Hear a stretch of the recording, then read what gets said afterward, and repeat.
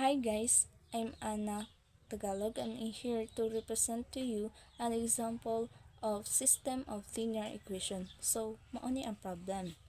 A company has two employees, Alice and Bob, who together completed a project in week. Alice worked 5 days a week and Bob worked 4 days a week. If Alice works for 6 hours each day and Bob works for 7 hours each day, how many hours did each of them work on the project if together they work a total of 58 hours? Kung nagamit ta og variable nga x ug y nga nagrepresent kang Alice ug Bob, then mao ni ang work ni Alice nga 5 days a week, then 6 hours each day, then Bob is 4 days a week and 7 hours each day.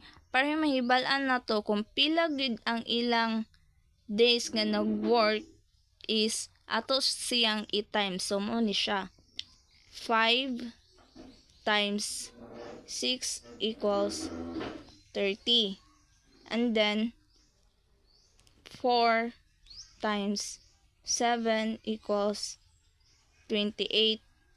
Then di ba ang gipangita sa atong problem is how many hours did each of them work on the project if together they work a total of 58 hours. So di ba na ay gi-mention dito nga 58 hours. So ato ning i-try og total if 58 hours bagid ni siya.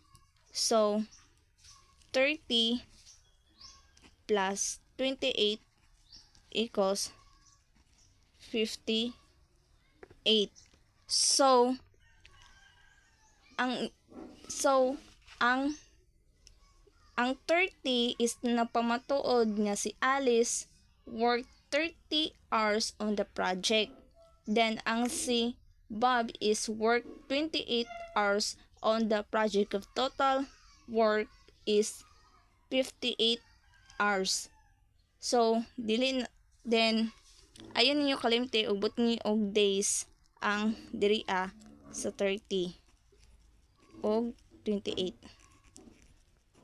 Then hours ang kang 58. So I hope na mo'y na learn. Thank you and God bless.